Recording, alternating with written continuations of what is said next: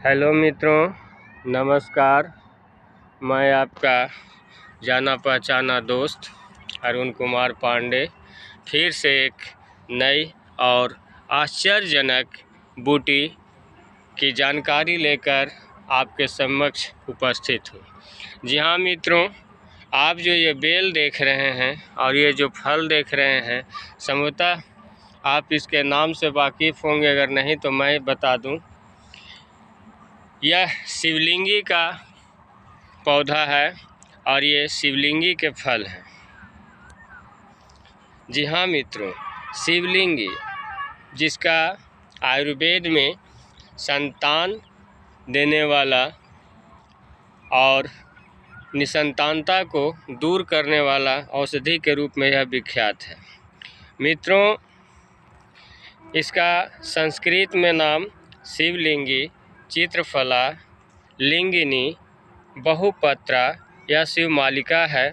मराठी में इसे कावाडोरी, हिंदी में शिवलिंगी, तेलुगु में लिंगटोटा कहा जाता है और इसका अंग्रेजी नाम इंडियन ब्राउनी है।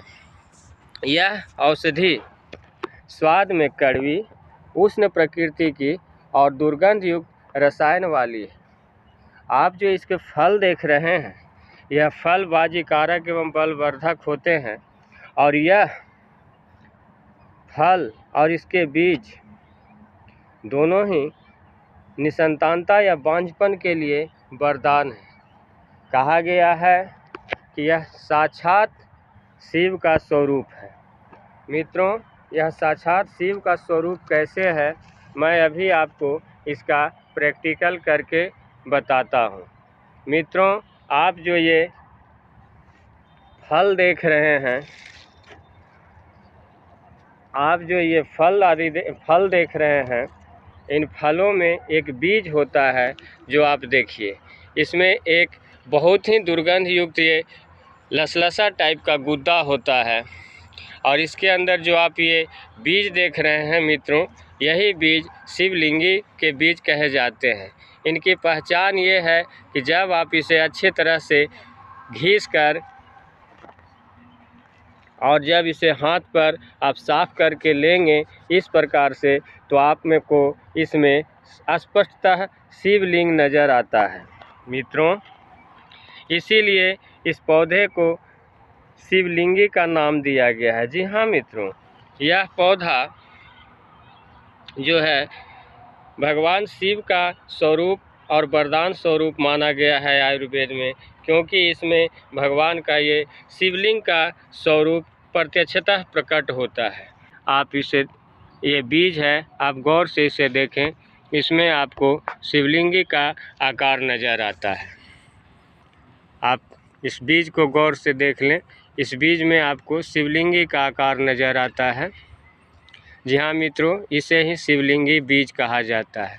तो मित्रों, अब आगे चलते हैं और आपको अन्य जानकारियों के बारे में बताते हैं।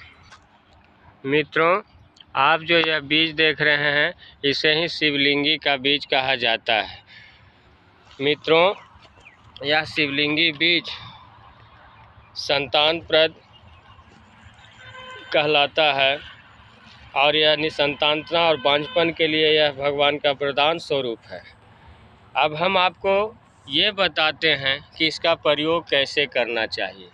निसंतानता का कारण, अगर आप डॉक्टरी जांच द्वारा भी थक गए हैं, अगर स्त्री और पुरुष दोनों में ही कोई कमी हो तो दोनों एक साथ इसका प्रयोग करें।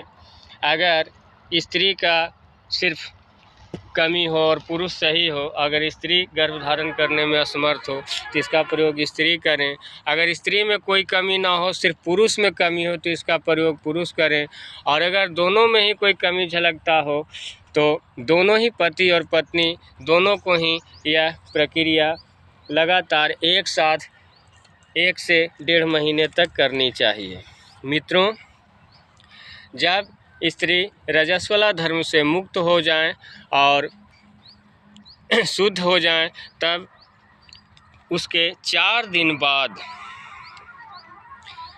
1 माह तक, 1 से 1.5 माह तक लगातार आधा ग्राम शिवलिंगी के बीज और 1 ग्राम पुत्रजीवक का बीज मिलाकर बराबर मात्रा में कूट लें और कूटने के बाद इन दोनों के बराबर मात्रा में मिश्री को बारीक पीस कर मिला लें और सुबह शाम गाय के दूध के साथ इसका सेवन करें।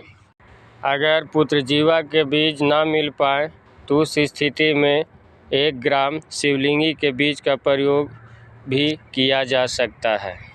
ऐसा करने से स्त्री अगर का बांझपन की समस्या समाप्त होती है और स्त्री गर्भधारण योग बन जाती है। अगर पुरुष में शुक्राणु आदि कमी हो तो पुरुष भी पुरुषत्व को प्राप्त होता है और वह संतान उत्पत्ति करने के योग हो जाता है। अगर दोनों में दोष हो तो दोनों एक साथ इसका सेवन करें।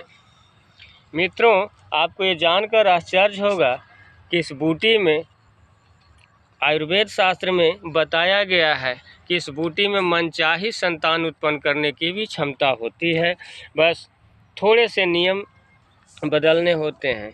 इस दवा को अगर गाय के दूध अर्थात गाय का दूध के साथ वैसा गाय का दूध जिसका बच्चा बछिया हो, अगर बछिया वाली गाय के दूध के साथ इसका इस्तेमाल किया जाए तो स्त्री को पुत्र रत्न की प्राप्ति होती है। और अगर यही औषधि बछड़े वाली गाय के साथ अगर स्त्री प्रयोग करती हो तो उसे पुत्री की प्राप्ति होती है, ऐसा आयुर्वेद शास्त्र में कहा गया है।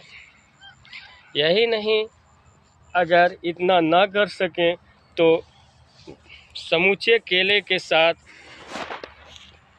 इसके कुछ बीज को लगातार प्रतिदिन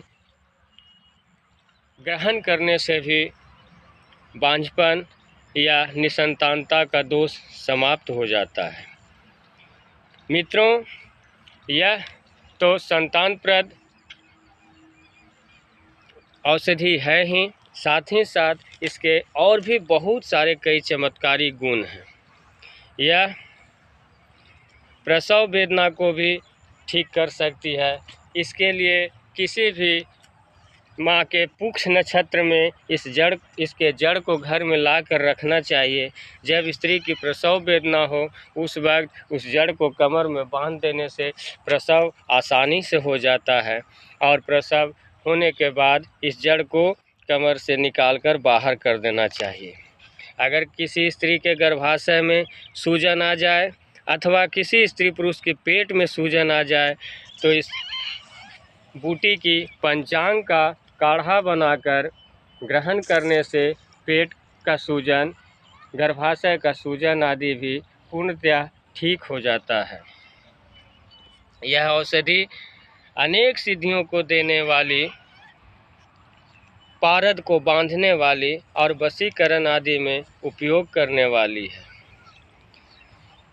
अतः कोई भी व्यक्ति हो अगर संतान प्राप्ति के लिए हर प्रकार के इलाज से निराश हों तो एक बार इसका प्रयोग अवश्य करें, क्योंकि ऐसा करने से निसंतानता का दोष समाप्त होने की पूरी तरह संभावना रहती है।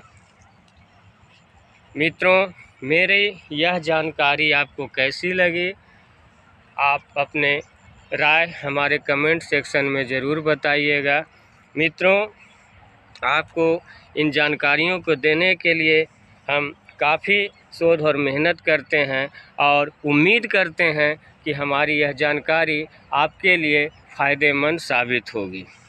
मित्रों, अगर आपको हमारी ये जानकारी अच्छी लगती हो तो कृपया वीडियो को लाइक और शेयर करें। और अगर आप हमारे चैनल पर नए हों और हमेशा ही ऐसी जानकारियों को पाना चाहते हैं तो हमारे चैनल थ्योरी ऑफ नेचर को सब्सक्राइब कर लें और बेल आइकन को ज़रूर दबाएं ताकि हमारा कोई भी वीडियो सबसे पहले आप तक पहुंच सके। मित्रों, फिर मिलेंगे, तब तक के लिए धन्यवाद।